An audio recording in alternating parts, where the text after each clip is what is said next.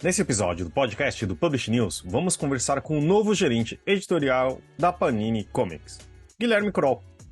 Com mais de 15 anos de experiência no mercado de histórias em quadrinhos e publicações, como editor, tradutor e autor, tendo uma passagem recente de quase 4 anos de consultoria na Conrad, fundador da Balão Editorial e passagens em editoras como a Moderna.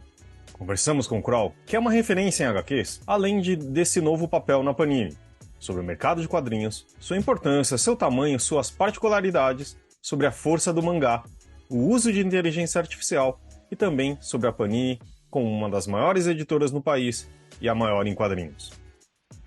Esse podcast é um oferecimento da MVB Brasil, empresa que traz soluções em tecnologia para o mercado do livro. Além da MetaBooks, reconhecida plataforma de metadados, a MVB oferece para o mercado brasileiro o único serviço de EDI exclusivo para o negócio do livro. Com a PubNet, o seu processo de pedidos ganha mais eficiência. E já ouviu falar em POD? Impressão sob demanda? Nossos parceiros da Livro são referência dessa tecnologia no Brasil, que permite vender primeiro e imprimir depois, reduzindo custos com estoque, armazenamento e distribuição. Com o POD da Livro, você disponibiliza 100% do seu catálogo sem perder nenhuma venda. E também com o apoio da CBL. A Câmara Brasileira do Livro representa editores, livreiros, distribuidores e demais profissionais do setor, e atua para promover o acesso do livro e a democratização da leitura no Brasil. É a agência brasileira do ISBN e possui uma plataforma digital que oferece serviços como ISBN, código de barras, ficha catalográfica, registro de direito autoral e carta de exclusividade. Esse é o episódio 314 do podcast do Publish News, do dia 1º de abril de 2024, gravado no dia 27. Eu sou o Fábio Errara e esse episódio conta com a participação de Guilherme Sobota. E não se esqueça de assinar a nossa newsletter, nos seguir nas redes sociais, Instagram, LinkedIn, YouTube, Facebook, TikTok e X, todos os dias com novos conteúdos para você. E agora, Guilherme Kroll. Queria agradecer aqui a presença de Guilherme Kroll. Obrigado por estar aqui no meio de uma quarta-feira à tarde chuvosa em São Paulo, mas valeu, viu, pelo tempo. E eu queria dizer primeiro, no ar, parabéns, cara. Tipo, acho que é bacana, né? E pra Panini, acho que é o principal e é onde vai girar aqui a nossa conversa. E acho que começar um pouco, como você define essa sua nova posição na Panini, né? Que você acabou de entrar, acho que foi em fevereiro? Quanto tempo você tá, né? E agora como gerente editorial? Eu comecei no mês de fevereiro, eu tô 45 dias, né, até agora.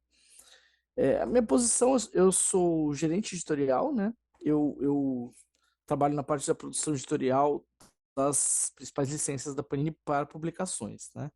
Então, especialmente história em quadrinhos e algumas poucas, o pessoal chama de light novel, né? Que são livros de literatura japoneses que são baseados em títulos de mangás, né? Então, de literatura, basicamente só isso. Né? Teve algum outro caso raro, mas a maioria é quadrinhos, né? Então, Marvel, DC, Turma da Mônica, mangás em geral, vários mangás, né? E alguns títulos que vêm de outras editoras como Boom, Image, né? Agora a Panini tá lançando Spawn, né? Relançando Spawn.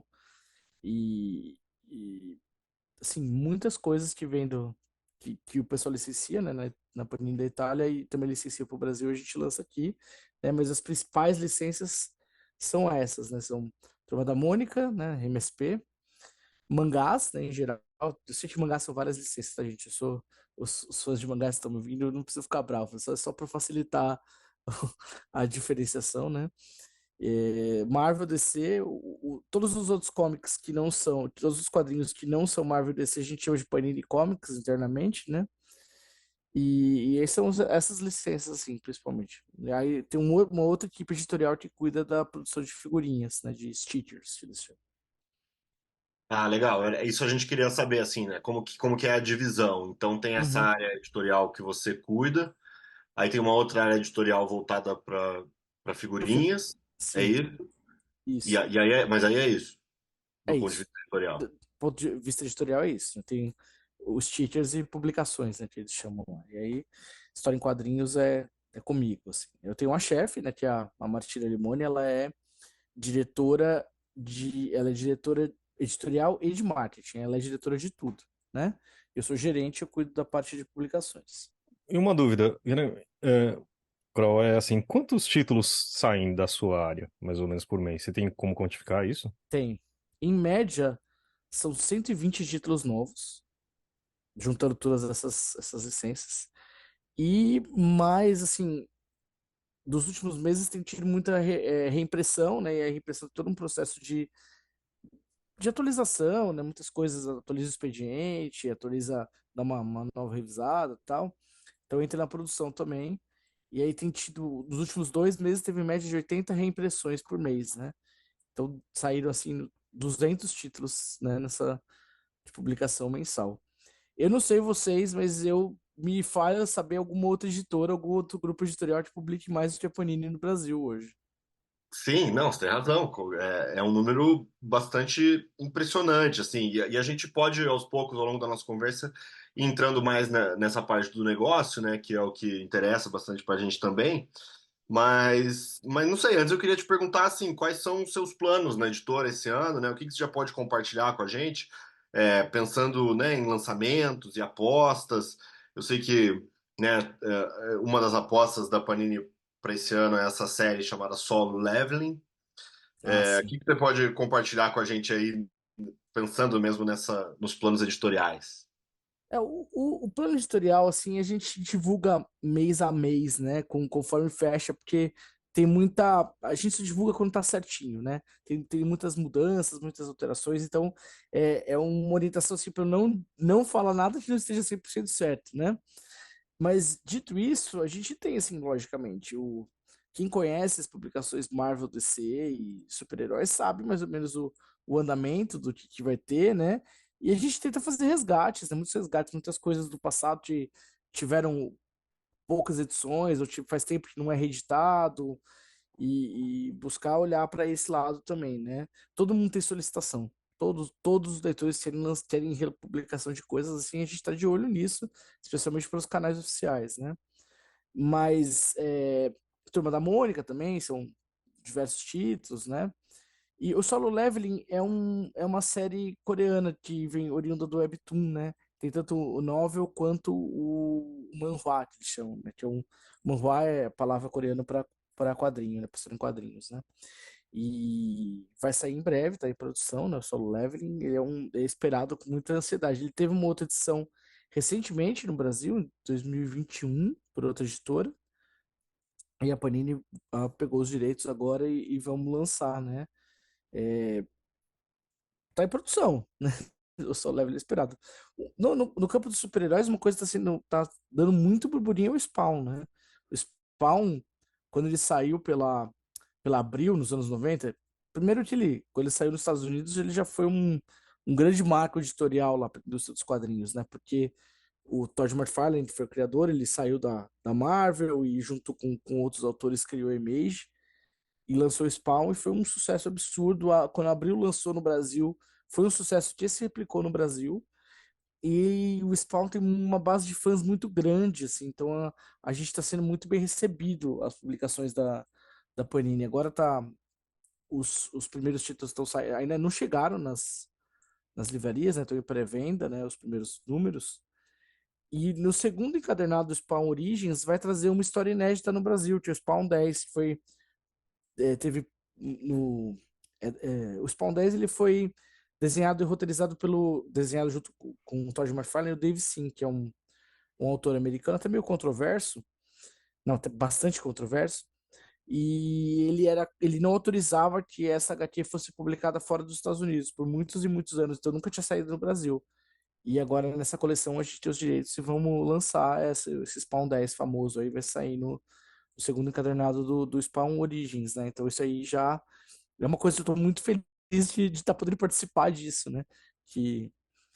Mas o que eu posso adiantar é isso, né? Vamos continuar com as licenças, vai ter mais lançamento de Bonelli, vai ter mais lançamento de Star Wars, né? Tem muita coisa planejada legal para esse ano. E acho que um caso à parte, né? Falar aqui de mangá da força editorial que tem, é, é um pouco redundante, já são anos e anos, né? Mas acho que já é consolidado com uma parte importante, principalmente quadrinhos, e que também aparece em listas de mais vendidos títulos de mangás com certa frequência, né? Você pode falar como que é o estado atual desse mercado, dessa parte do mercado, né? E tipo, é, e quais foram mudanças importantes que tiveram na produção e também na distribuição do mangá nos últimos 10 anos? Assim, como eu falei, eu cheguei a 45 dias na Panini, eu ainda não sei tudo que tem lá, é grande, né? E então eu não tenho uma noção de como era e como está. Eu sei mais ou menos como está, e eu sei que a distribuição, a Panini tem um sistema de distribuição para bancas, né? Ela tem distribuição para o varejo e tem sistema de assinatura e tem distribuição na loja virtual dela, panini.com.br, né? É uma loja virtual bem robusta, assim, né? Tem muita coisa. Esses são os principais canais de vendas, assim. E isso é diferente de quando o mangá começou. O mangá começa a ser publicado no Brasil ainda nos anos 80, com tentativas esparsas, mas ele vai ganhar força mesmo no começo dos anos 2000, né? Com banca. Com banca. No começo dos anos 2000, a Abril tomou uma decisão que eles tinham os quadrinhos super-heróis, eles pararam de publicar formatinho e passam a publicar em formato premium, que eles chamavam na época, né? Tinha um formato maior, mais caro. Deixou um vácuo na banca de jornal. E a Conrad e a JBC começam a publicar mangá no começo dos anos 2000, pegando esse vácuo, mas também trazendo junto todo o sucesso dos desenhos animados. Começa com Dragon Ball e Cavaleiros pela Conrad, depois a JBC lança Sakura Card Captors, Samurai X, Visual DIY e Guerreiras Mágicas, né? Que foram sucessos ali com preços baratos nas bancas, e isso estourou, vendeu muito na época e foi crescendo o mercado. Mas as bancas, elas foram perdendo força, isso é inegável, né? E aí as editoras começaram a procurar as livrarias. Hoje, se você entrar no qualquer unidade da livraria leitura, você vai achar pelo menos uma prateleira tomada de mangá. Pelo menos uma, né?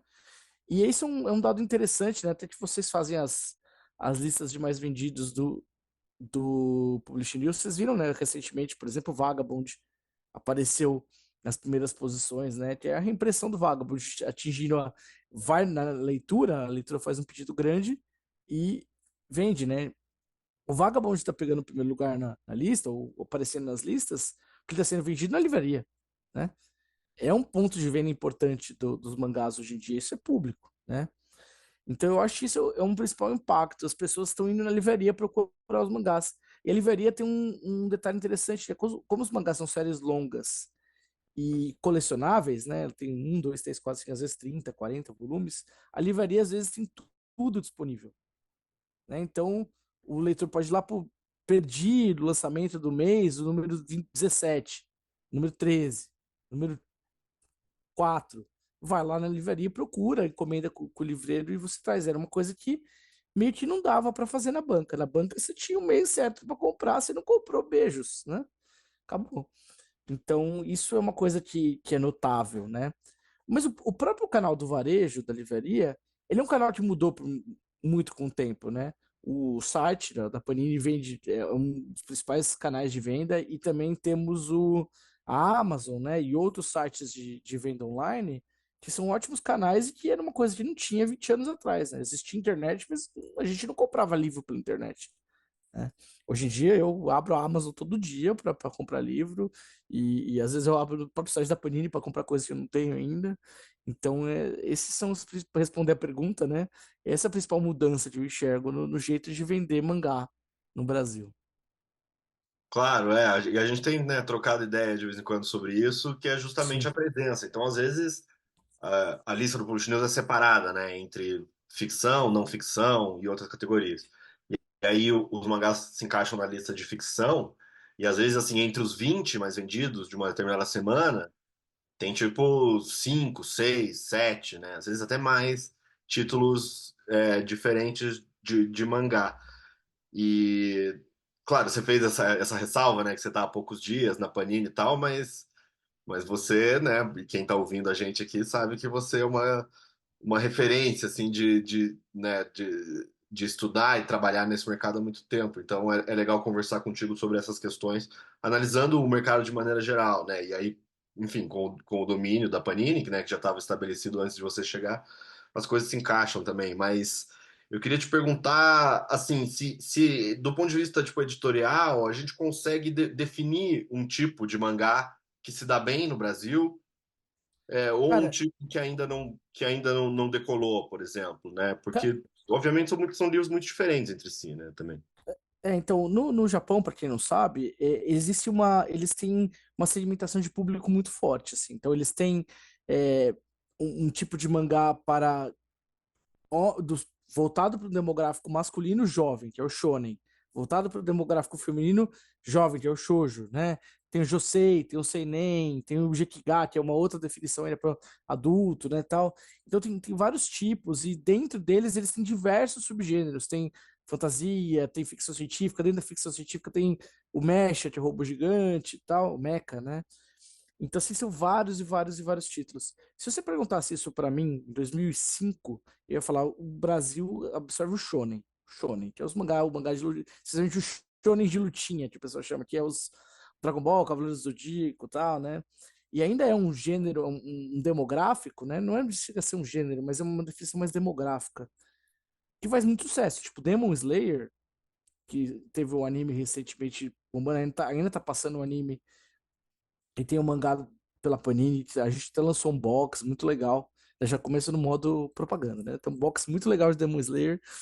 É, ainda faz muito sucesso esse gênero demográfico do shonen.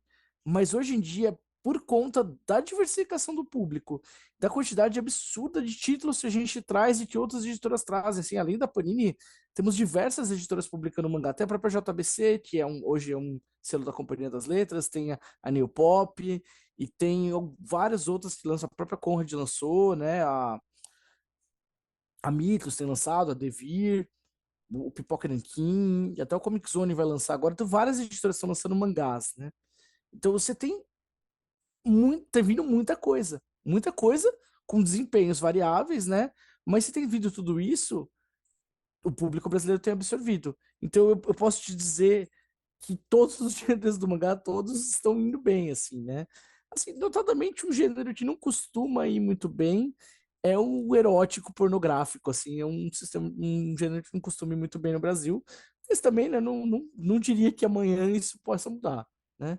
Mas o resto, tudo, assim, não tem do que reclamar. Agora falando um pouco mais sobre autoria nacional, né? Sobre títulos nacionais.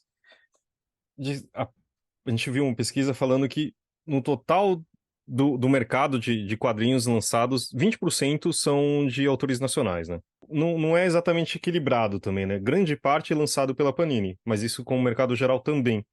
Uhum. Mas e dentro disso você tem uma predominância da MSP, né? Sim. De Turma da Mônica, Maurício de Souza em geral. Você dá para dar também uma visão sobre isso também? Como que tá a autoria nacional? Como que os autores Sim. estão nisso? Cara, essa é uma área de expertise minha, até pré-Panini, que eu trago comigo, e que lá não é muito uma coisa, um lugar que é, exatamente tem. A gente tem uma licença que é a MSP, e assim, hoje a Panini é a editora que mais publica quadrinho brasileiro do Brasil, porque tem MSP, né? Não tem comparação. Publica MSP, e é que mais vende quadrinho brasileiro no Brasil, porque vende MSP, né? Mas MSP é uma coisa, né? Um negócio, digamos, uma licença. É o Maurício. O Maurício 90% dos brasileiros conhecem MSP, se mais, se não mais, né? Mas existe um mercado de quadrinhos nacionais que cresce ano após ano, né? A gente tem um cenário de publicação assim muito interessante, com pequenas editoras lançando, com médias editoras lançando. A própria JBC tem um selo Start agora com lançando autores nacionais, né? E também assim, há exemplo dos mangás com vários tipos, vários gêneros, vários orientações demográficas, né? Notadamente a maioria deles são independentes, né? Então, se você for na CCXP, no Beco dos Artistas, lá no Artist Alley, me fugiu a palavra que eles usam em inglês, né? Artist Alley. Você vai ver muitos, às vezes 500, 600 autores por ano lá, vendendo os quadrinhos originais deles, isso sem contar as editoras que estão lançando, então é um mercado que cresce bastante, né? Até faço um pedido encarecido, talvez vocês considerem no futuro fazer uma lista de quadrinhos mais vendidos na semana no Publish News. Não sei se é viável, né? Mas deixo esse pedido aí para vocês, porque é um mercado que é um mercado que está crescendo e ele se ressente muito desses números, né? O pessoal gosta muito. No mercado americano tem muita lista de mais vendido, na Diamond, no mercado francês tem, no Japão mesmo. Então, assim, não tem ninguém que faça isso no Brasil. Talvez o Publish News possa ter um nicho de público aí para aproveitar os fãs de quadrinhos, querendo ver o que mais vende no mês. Aproveitando aqui, só cortando um pouquinho, tem uma diferença entre quadrinhos e na parte técnica, né? Tipo de gibis, se eu posso falar assim, e de graphic novel também. Ou que eu tava vendo. Existe, acho que tem o ISBN, que é do livro em si, né? E Uhum. tem ISSN, é isso? É. Que também diferencia. Explica um pouquinho essa parte pra gente. Então, assim, tecnicamente, uma publicação que é periódica, ela tem SSN, e uma publicação que é uma publicação única, mesmo que seja em volumes, né, então, assim, uma enciclopédia, né, tem ISBN. A letra M, o livro letra M da enciclopédia tem o ISBN dele, apesar de fazer parte de uma coleção, né? Porque não prevê uma periodicidade. Quando você não prevê uma periodicidade, você coloca o ISBN no livro, e se você publica periodicamente, você usa o ISSN. As publicações da Turma da Mônica, por exemplo, usam. Não é exatamente o ISSN que eles usam um outro numeração lá, que é o EAN, mas para publicações periódicas. Então, talvez seria essa diferenciação do ISBN para as publicações únicas e o ISSN ou o EAN para as publicações periódicas, né? Basicamente é isso. Essa diferença eu considero porque é uma diferença técnica, né? Então, se você tá. Mas se você pegar essas mesmas histórias, compilar elas, lançar num livro com ISBN na livraria, se torna um livro. Tecnicamente, você pode vender na livraria do mesmo jeito, não muda nada. Aí você falou da graphic novel, né? Graphic novel é um termo que se popularizou e ele foi colocado, assim, ele surge assim nos anos 70 nos Estados Unidos, né? Muita gente fala que foi o Will Eisner que inventou, existem controvérsias, mas considerando que foi o Eisner que inventou no Contrato com Deus, ele cria esse termo graphic novel para se contrapor a essa publicação seriada, o quadrinho de banca, né? Os super-heróis, tal, que é um estofo sério, né? Seria um romance gráfico, né? Uma coisa que venderia. Mas efetivamente a expressão artística, para mim, é história em quadrinhos. Então, tanto a graphic novel quanto a publicação seriada é história em quadrinhos. Eu não gosto muito dessa diferenciação por motivos pessoais, mas para comercialmente falando, são coisas diferentes, né? Às vezes o leitor quer uma história que tenha começo, meio e fim ali, às vezes o leitor quer uma história, pelo menos 3, 4 volumes, depois vai acabar, ou às vezes ele quer ler sempre, aquele coisa periódica que vai se renovando semana a semana, né? Mês a mês, né? Depende muito do gosto do leitor. Legal. Você, né, agradeço a sugestão, acho muito interessante. Acho que a gente pode é, conversar sobre isso depois, fora do ar, em oportunidade também, Desculpa, eu porque devia ter falado antes de começar não, a não, não. gravação. A gente a gente estava planejando aqui falar com você sobre esses assuntos, assim, né? Por exemplo, uma das coisas que eu queria te perguntar é assim, eu acho que a Panini deve entrar, né? Mas falando de maneira geral, assim, você sabe dizer, por exemplo, sobre a participação das editoras de quadrinhos nas pesquisas de mercado editorial, tipo, na produção e vendas e Olha, tal? Porque, obviamente, na produção e vendas ela aponta lá números de produção, principalmente. Segregados de HQ, assim, mas de fato, não, quando a gente pega a pesquisa, assim, a gente não consegue separar muito, né, uma coisa da é. outra. Então, Quando você vê um título, né? Você vê, sei lá, o Mau Caminho, que saiu pela Veneta. Você vê lá Mau Caminho, você não sabe se é uma HQ ou não. Com esse nome, pode ser um romance, pode ser até um livro de não ficção, né? Não sei, a gente não sabe nada. Se a editora não discriminar. Eu participo. Para quem não sabe, antes de entrar para a Panini, eu tinha uma pequena editora, Balão Editorial, publicava quadrinhos, e eu participava. Respondia as pesquisas de produção. E, e eu sei que alguns editores respondem sim. Eu faço parte de um grupo de WhatsApp de editores de quadrinhos. Eu vou até mandar uma pergunta para eles. Hoje, vocês responderam esse ano a pesquisa de produção e tal? Porque eu acho importante responder, né? Mas eu não sei se todos participam. Acaba ficando um mercado dentro do mercado, né? Meio apartado do grande mercado editorial, não se relaciona, né? Tem os próprios sistemas, as próprias feiras, os próprios circuitos, né? Mas eu acredito que alguns participam. O Rogério da Veneta com certeza deve participar, deve responder essas pesquisas, que ele deve ser associado à CBL, né? Então, alguns respondem, não todo mundo, mas provavelmente muitos respondem.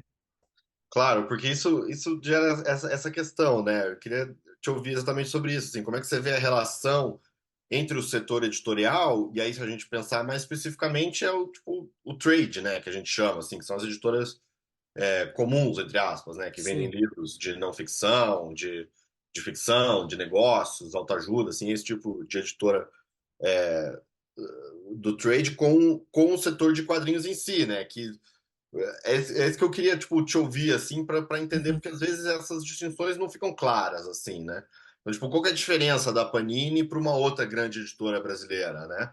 Claro, tem especificidades e tal, o conteúdo editorial muitas vezes é diferente, mas desse ponto de vista do setor, assim, e do negócio, como é que você vê essas relações? Cara, eu poderia discorrer por horas sobre isso, assim, né? Mas resumidamente, eu acho que assim, a gente lida com um leitor muito apaixonado. Eu não tô falando que o leitor dos outros gêneros não seja apaixonado, assim, mas existe um tipo de leitor, leitor de quadrinhos. Eu trabalhei muito em outras editoras também, né? Com outros tipos de literatura, de ficção, de até não ficção. E a gente tem uma figura do leitor de quadrinhos é um cara que é fã de. Um cara, uma mina, uma pessoa não binária que seja fã da editora. Tem gente que é fã de editora. Pipoca Nanquim tem um secto de fãs, né? Marvel e DC, os caras brigam, né? Quem gosta mais de Marvel, mas DC é um tipo de fanatismo que eu não vejo aplicado no outro mercado, assim, né? Ninguém é fã. O cara fala, sou muito fã da Penguin. Você fala, sério, cara? Tipo, sou fã da Penguin? Sou fãzaço do HarperCollins. Fica estranho, né? Tipo, isso é um primeiro ponto. Porque isso exemplifica o tipo de paixão que a gente está lidando, tanto pro bem quanto pro mal, entre aspas, né? Porque pro bem o cara vai comprar, ele vai atrás, ele vai dar um jeito, ele vai procurar a melhor promoção, mas a gente tem uma base de leitores muito grande, muito forte, muito sólida. Mas também ele vai exigir, ele vai ser muito exigente, ele vai querer que seja da melhor forma possível, que seja com o melhor acabamento, com melhor produção gráfica, com melhor produção editorial, que é o direito dele, né? E ele vai exigir que seja muito barato, que seja extremamente barato, que seja barato, que seja bem feito, que seja, de preferência, seja capa dura, seja super papel com gramatura altíssima, que custe muito barato. Também é o direito dele, né? O consumidor vai pedir o que ele quiser.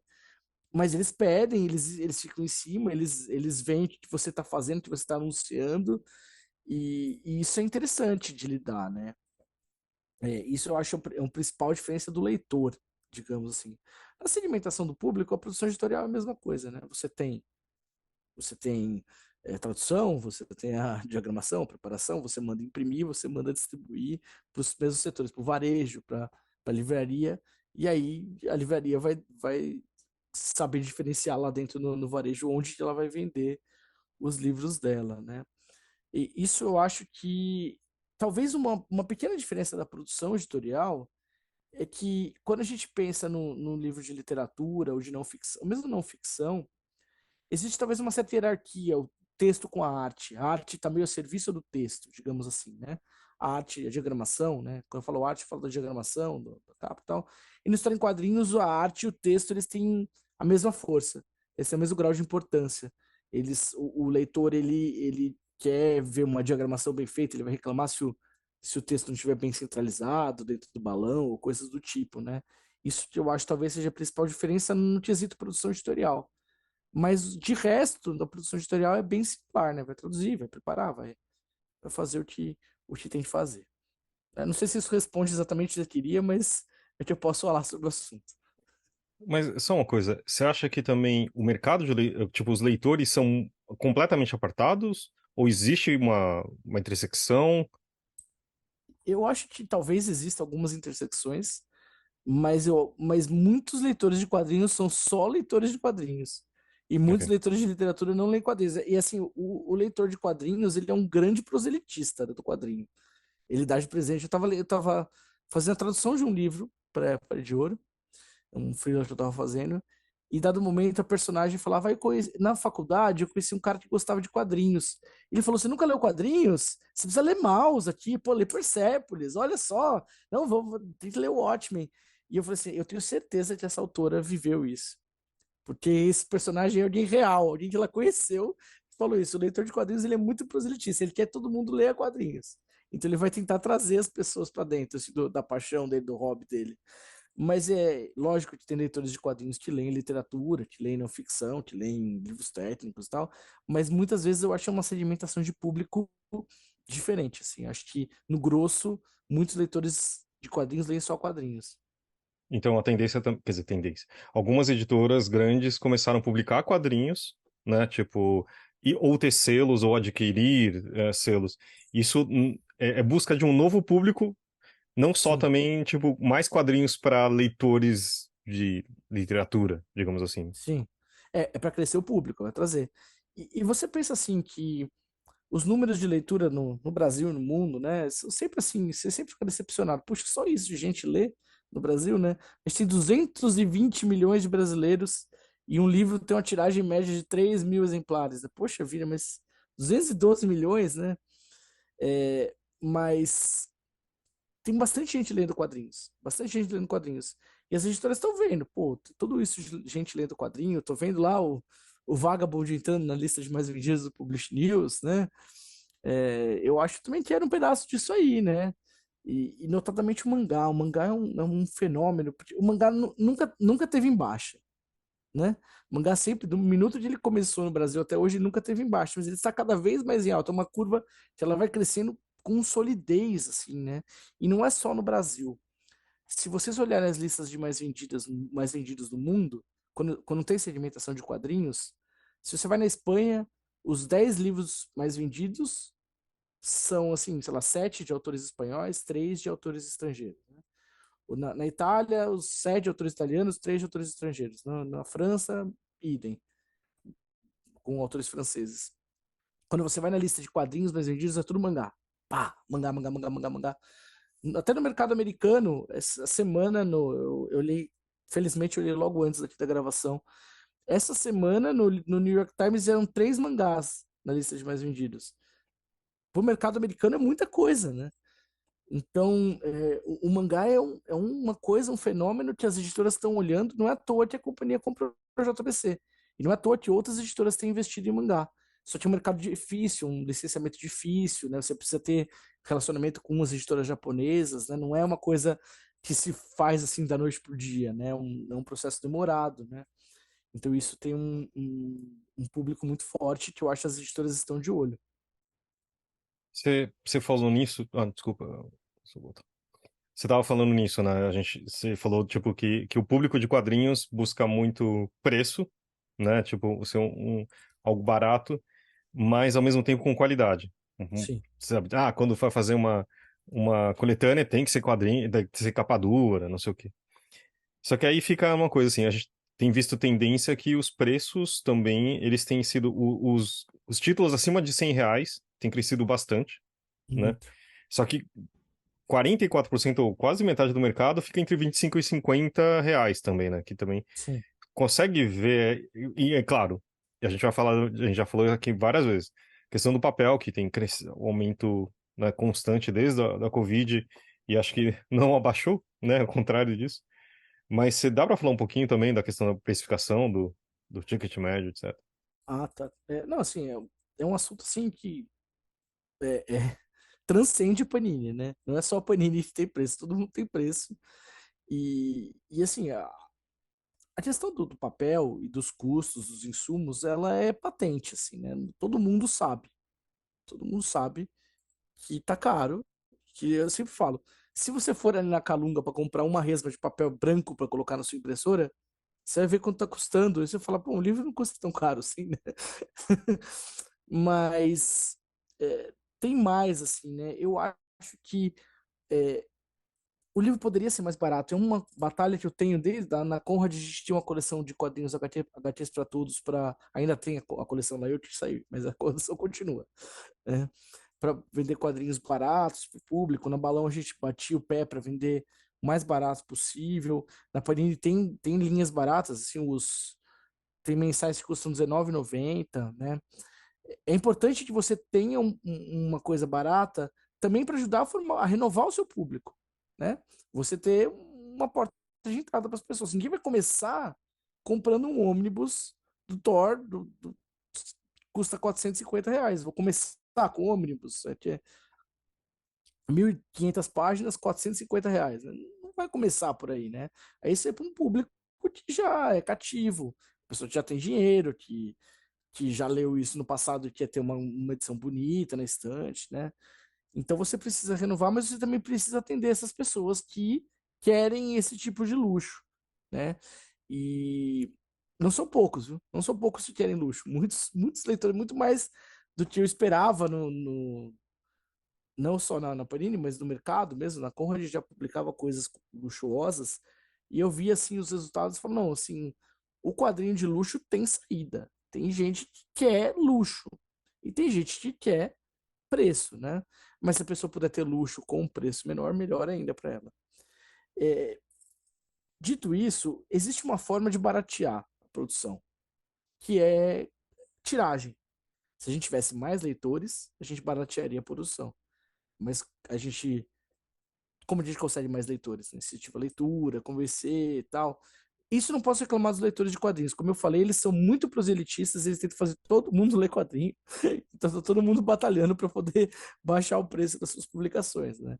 É, mas é um assunto meio complexo, né? De falar aqui numa entrevista de 1 hora, né? A gente trocando ideia, como que vamos resolver esse problema? Assim, as pessoas questionam isso há décadas e vão continuar se questionando. É, eu acho que o nosso trabalho como editores é tentar equilibrar, né, para manter a editora viva e faturando e conseguir formar leitores. Se você oferecer produtos que atendam esses dois públicos, tanto o público que quer uma coisa mais barata ou o público novo que está entrando, quanto o público que já é um público cativo que quer luxo, né? Você tem que tentar, e a Panini faz isso muito bem. Oferece as duas segmentos assim de produtos e atende bastante gente, né? Claro, essa questão é super importante e é debatida há muitos anos, né? E ela ficou clara, digamos assim, com uma questão mais palpável no final do ano passado, quando a CBL e a Nielsen divulgaram uma pesquisa, né? Panorama de consumo de livros no Brasil, que buscava justamente entender dados e captar informações sobre o consumo de livros, né? E aí, quando chegava nas pessoas que não consumiam livros, né, que é a maioria das pessoas ali da amostra, que buscava representar justamente a população brasileira como um todo, né, sei lá, o principal motivo para as pessoas alegarem não comprar livros era o preço. Então, é uma questão que realmente é super difícil e tal, e que obviamente se estende, né, para o mercado de quadrinhos também.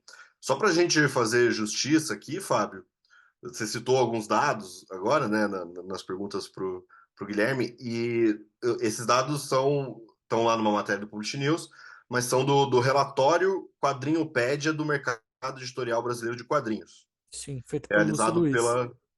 realizado pela Quadrinhopédia do pesquisador e quadrinista Lúcio Luiz. Então, ele fez Sim, um trabalho aí independente, né, Guilherme? sim, E eu falei para ele, hercúleo de, de, de juntar dados de produção e vendas de quadrinhos, assim. Então, ele conseguiu muitas informações muito interessantes, assim. E aí, né, quando a gente... Só uma pequena todo anedota, mundo né? respondeu. Todos os editores de quadrinhos responderam o Lúcio. Os que não Então, responderam, ele foi no site da editora e caçou publicação para fazer. Eu sei que conheço o exatamente. Lúcio pessoalmente, Não, ele fez um senhor trabalho aí. um trabalho incrível. Eu falei para ele quando a gente divulgou, né, junto. E aí, mas assim, isso fala um pouco do que você falou antes da separação dos públicos ou de como o público do quadrinho talvez seja um pouco diferente. Porque quando a gente, né, quando o Lúcio lançou esse relatório, foi em outubro do ano passado, a gente deu uma matéria falando assim, Panini responde por mais de 50% dos títulos de quadrinhos e tal. E aí, tipo, assim, pra gente que tá no mercado, talvez isso não seja uma informação nova nem nada, né? Mas eu achei que valia a pena registrar justamente pelo esforço dele e por ter dados ali que corroboram e que dão dão números, né, claros ali, a partir de um universo bastante abrangente que ele conseguiu reunir, né? E aí essa questão do preço aparece ali, é uma das coisas que aparece na pesquisa. E é isso, né? Só para reforçar o que o Fábio falou, em 2022, 44% dos títulos publicados tinham preço de capa entre 25 e 50 reais, falando de quadrinhos, né? Então, o que me parece uma coisa bastante razoável, assim, né? E aí ele mesmo, o Lúcio fala pra gente, né, na época que a gente fez a matéria, ele fala assim, vejo muita discussão, principalmente entre o público leitor, sobre quão caros os quadrinhos estão, o que não é a realidade quando se olha para o todo. Então, essa percepção, né, que existe muito forte no mercado editorial como um todo em relação ao preço, meio que se reproduz no mercado de quadrinhos também.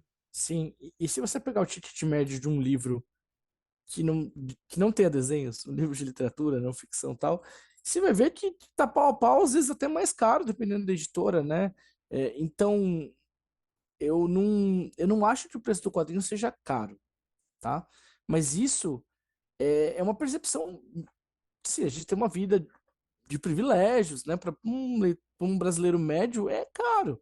É caro como um todo, sim. Mas se o quadrinho custar, às vezes, se ele custasse R$ 1, ele já seria caro, frente a um custo de uma cesta básica, né? Eu sempre falo para os meus alunos lá na LabPub, a gente não tem como dissociar o micro do macro, né? Não tem que dissociar o que está acontecendo no mundo com o que está acontecendo aqui. Então, a gente falar um quadrinho é barato, a gente está pensando barato frente ao quê, né? Dependendo muito do tipo de leitor que a gente vai pegar. É, eles não são populares. Se eles fossem mais populares, eles seriam mais baratos. Se eles fossem comprados amplamente. Mas eu acho que hoje em dia não se tem mais um tipo de mídia impressa que seja popular de massa, né? É meio incomum. Isso até para o jornal não é mais, não tem mais a força de outrora, né? Então isso impacta muito no preço. Eu já pensei em vários. Na Conrad de Mesa a gente tentou fazer quadrinhos digitais, porque daí seriam bem mais baratos e com uma distribuição mais fácil, né? Para ver se a gente driblava isso, né? Porque a gente tem teses e, e vai tentar, né? Vai ver empiricamente se dá certo ou não. Mas às vezes não é só questão do preço, às vezes é uma questão de um. Também tem um distanciamento ali de gosto, de interesse, de preconceito, né? Então, o leitor ele não vai ser conquistado apenas com o preço. O preço é um primeiro passo, mas para a gente conseguir que as pessoas leiam mais quadrinhos, elas precisam se interessar por aquilo. Ter uma coisa, quando a gente tem um título legal que vai bem, assim, que atrai muita gente, a gente fala o que esse tem que os outros não têm que a gente pode replicar, né? É sempre uma questão que a gente discute. E essa pesquisa do Lúcio, se ele estiver ouvindo aí, parabéns, Lúcio, foi muito legal. E ela traz uns dados muito interessantes que eu me surpreendi um pouco que a Panini é só 50% do mercado. Porque, eu explico, né? A, o Universo HQ, o site Universo HQ, por muitos anos eles tinham o checklist do mês, que era todos os títulos lançados em quadrinhos do mês no Brasil. Quando eles começaram, eram 20, 30, 50, foi crescendo, e eles pararam de fazer há mais de 10 anos, quando passou de 100, eram mais de 100 quadrinhos lançados no Brasil por mês. Eles não consigo mais contar, não consigo mais fazer esse levantamento. Hoje só a Panini, como eu falei, por mês lança 120 inéditos, né? Então, se ela 50%, sem considerar as republicações, né? A gente está falando do universo de 280, 240, 250 quadrinhos inéditos por mês no Brasil. É um cenário muito legal, assim, eu fico muito feliz com isso, né?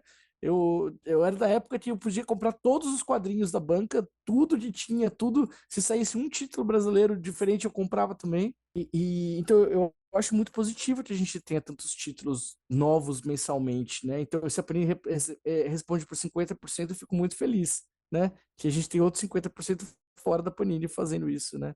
E eu acho que é muito proveitoso para o mercado. Outra coisa que eu sempre falo no mercado editorial, a gente não pode considerar concorrência, né? A gente tem que considerar cooperação. A gente é todo que o leitor leia tudo, né? Eu quero que o leitor leia tudo, que ele possa comprar tudo, que ele leia o meu e que ele leia do outro editor, e leia da outra, e leia da outra. A gente quer que as pessoas leiam bastante e comprem mais quadrinhos. Eu não considero concorrência. Não sei se outras pessoas, até como eu tô na Panini, né? É fácil eu falar isso. Não é concorrência, né? Outras pessoas vão falar que hipócrita esse cara, mas eu realmente penso isso.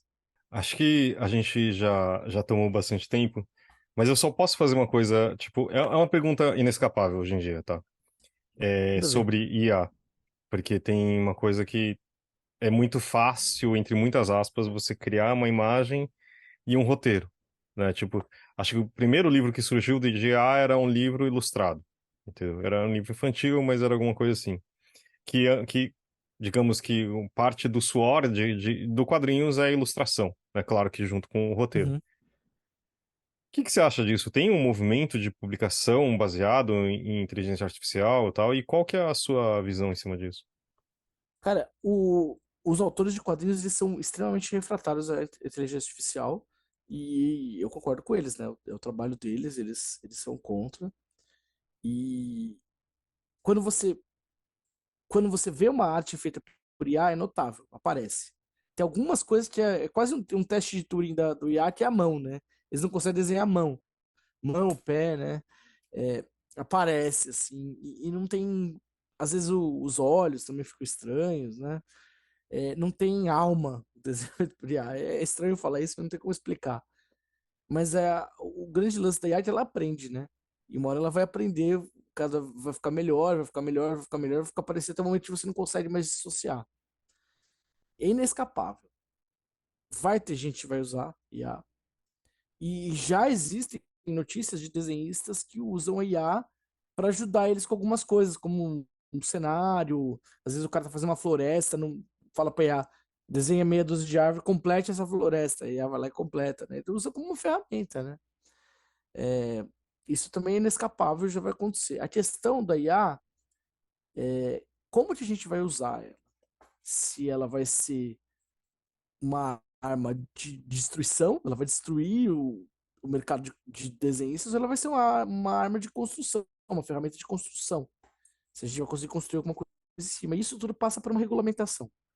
Precisa ter algum tipo de regulamentação governamental para o uso de IA. Quanto que pode usar, quanto que a IA pode usar dos outros, né? Porque ela usa ilustrações de outras pessoas também no coisa dela, né? Para fazer o Midjourney e outros usaram muita coisa de outros artistas. Quanto eles vão usar, como que eles podem aprender e como que isso pode ser usado. Se você usar, tem que notificar que foi o uso de IA algo na capa, ou ficar claro o uso da IA. Esse tipo de coisa precisa passar por uma regulação. Surge a ferramenta e precisa de algum tipo de regulação, de regulamentação governamental. Alguns países da Europa já estão em discussão disso, muito provavelmente a gente vai acabar replicando isso no Brasil em algum momento. Porque, como eu disse, eu acho inescapável, não tem como escapar do IA. Não tem. Hoje em dia, muita gente usa. Um amigo meu que é programador, ele falou que para os programadores o impacto está ainda maior do que para os artistas, né? Então, se tá nesse estágio, né, a gente precisa regular isso para os profissionais não serem prejudicados, para se tornar uma ferramenta para os profissionais e não tomar o lugar dos profissionais. Essa é a minha opinião oficial, real oficial, né? Mas eu tô junto com as pessoas da minha categoria. Se eles fizerem um abaixo assinado contra a AI, eu vou assinar. Mesmo achando que pode ser usado, de certa forma, entre aspas, pode ser usado para o bem, eu acho que a gente tem que se unir como categoria e poder e se precisar se manifestar contra, eu vou apoiar as pessoas, né? Mas eu sinceramente acho que dá pra gente conviver de uma forma civilizada e usar como uma ferramenta contanto que tenha esse tipo de regulação. É que eu acho que assim, a parte mais mancada é do tipo, faça uma ilustração tipo, sei lá, Frank Miller, alguma coisa assim, né? Tipo, e o Uhum. cara não ganha nada. E isso eu acho que é realmente Sim, a parte mais complexa, né? tem que pagar, tem que ter um fundo assim, existem coisas, por exemplo, um CAD, podia fazer uma coisa similar a um CAD de ilustração e mandar para os ilustradores se tiveram trabalho usado, né? Eu não sei exatamente, eu não sou político, tá, gente? Vamos cobre esses políticos com as suas ideias de forma que os artistas possam ser remunerados devidamente para ter o seu trabalho usado pela IA. Não dá pra ser o Deus dará sem regulamentação também, né? Sim. Sobota, você acha que tem mais alguma coisa? Ou acho que por... Vamos então para as indicações? Queria começar, antes só para falar primeiro, eu não sei, nem é uma indicação assim, meu mundo de um ano para cá foi tomado por um mangá, mas não por minha causa, que é Pokémon, que depois eu descobri que é a maior marca em termos de faturamento do mundo, passando Disney, etc. Eu tô certo nisso? Tô falando alguma besteira, Carol? Eu não sei te dizer, não sei nem te dizer, nem te dizer. Eu precisaria pesquisar. Mas eu não duvido, porque é um monstro gigantesco, assim. A Pokémon Company é gigante. Pra quem não sabe, Pokémon é publicado pela Panini. Né? E são muitos títulos, muitas séries, e faz assim. Tem, sem parar, mais de 20 anos desenho animado do Pokémon, e videogame do Pokémon, e bonequinho do Pokémon, e não para de crescer, né? Então, não E os cards do Pokémon, tem todo um mercado, tem um ecossistema gigantesco disso. E eu tô tentando aí atrás, né? Porque, tipo, meu filho que apareceu com isso, e eu acho que é interessante isso. É uma franquia que tá desde muita gente jovem, nem tanto pra mim, que eu tô com 50, mas, tipo, gente de 30 anos passou por isso, né? Colecionava, etc. E eles têm uma renovação constante. Então, como estudo de caso, eu acho muito interessante, sabe? Porque passou já por... Antes era só o mangá, depois virou anime, depois virou o jogo, depois a cada ano tem uma renovação, uma linha nova, mais não sei quantos cards, tipo, o sistema de troca é absurdo, mas é muito legal também. Eu vou só corrigir isso ali no tempo. Começou como um jogo. Era um jogo tá. Ai, meu Deus, do Game Boy. O jogo do Game Boy. E o grande charme da época é que você tinha um cabo, você podia plugar um Game Boy com o outro pra trocar os Pokémons. Aí, depois disso, virou mangá, virou desenho, virou tudo. Mas começou como um jogo do Game Boy. Mas, enfim, é muito bacana. Mas eu também, digamos que eu tenho, no meu suado dinheirinho, colocado uns tostões ali do meu salário todo mês nisso, mas eu acho que é algo muito, muito bacana e realmente tô louco um dia pra conhecer um parque Pokémon, inclusive, que acho que abriu. Mas enfim, não é uma indicação tão assim, mas quem é pai de uma criança de até 10 anos talvez esteja passando por isso. E você, Kroll, o que você tá lendo alguma coisa bacana pra indicar? Eu li essa semana o livro Patos, da Kate Beaton, é uma HQ, e autobiográfica saiu pela WMF Martins Fontes. E venceu o Eisner no passado de melhor HQ autobiográfica. E é uma história dela no mercado. Ela é canadense, né? Mas no América do Norte eles têm. A universidade é paga, né? A maioria das universidades são pagas. E é muito caro, eles precisam pagar o financiamento estudantil. Aí, para pagar o financiamento estudantil, ela foi trabalhar num poço de petróleo. Não necessariamente de petróleo, de xisto bituminoso, né? Vai trabalhar lá, não na extração, ela vai trabalhar na ferramentaria, para entregar ferramenta para os caras. Ela fica 2 anos nesse lugar afastado lá no Canadá. E aí ela sofre, é uma das poucas mulheres que lá sofre todo tipo de coisa lá nesse lugar, assim, e o livro ela contando essa experiência dela, é pesado, assim, mas é muito bom. Recomendo muito, Patos, da Kate Beaton.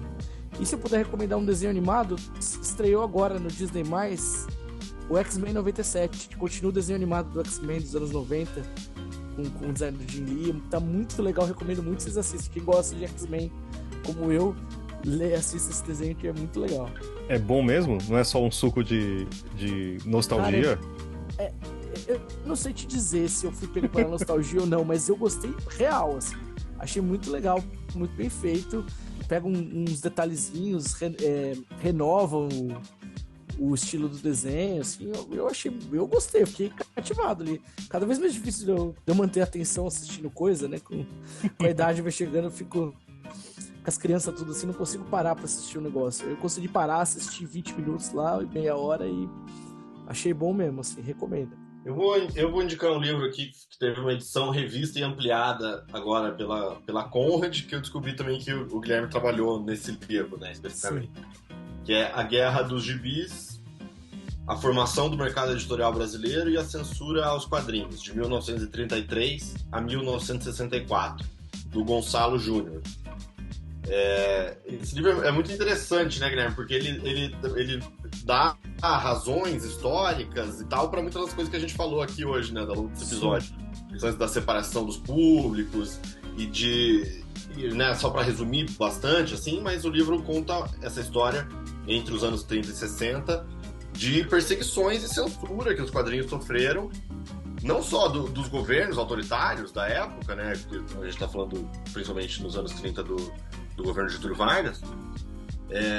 Então sofria uma censura oficial, digamos assim, por parte do governo, sofria uma censura, entre aspas, mas assim, críticas intelectuais por parte dos intelectuais, geralmente de esquerda também, porque viam nos quadrinhos um tipo de dominação imperialista.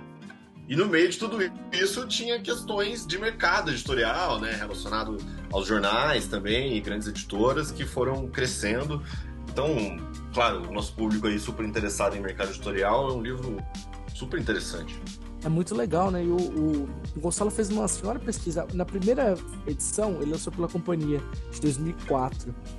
Ele tinha visto uma pesquisa de uma matéria que o Adolfo Eisen escreveu quando foi para os Estados Unidos. E nessa segunda edição ele descobriu essa matéria, ele só tinha lido metade, tinha mais na segunda parte. Ele achou, né, o advento da internet, o crescimento da internet, ele encontrou muito mais fontes, né? É muito legal e para quem gosta de quadrinhos como eu, acredito que vocês também, é muito rico, mas para quem gosta de mercado editorial, dá uma senhora história, e até para quem gosta de história do Brasil, historiador assim do Brasil, vai ter um prato cheio, porque tem política, as questões, assim, como mudam as posições entre eles, né? O primeiro o Eisen e o Roberto Marinho brigavam, depois eles se unem, eles se unem ao Getúlio, começam a se afastar do Getúlio, brigam com o Getúlio. É muito legal, assim, eu gosto bastante desse livro. Coincidentemente, eu trabalhei na primeira edição desse livro. Olha só. Mas enfim, é muito, muito bacana. Quero ver essa edição, não cheguei a ver ainda. Guilherme Kroll, muito obrigado aqui. Guilherme. Muito obrigado aqui pelas conversas. Uma ótima sorte aí nesse caminho novo da Panini. E qualquer coisa vai contando pra gente as novidades aí que aparecerem, beleza? Beleza, obrigado pelo convite. Espero que eu possa ter contribuído aí com o pessoal, dado alguma resposta interessante, e espero que vocês levem em consideração a minha sugestão do top de quadrinhos mais vendidos na semana. Pode crer, valeu, Kroll. Obrigado. Falou.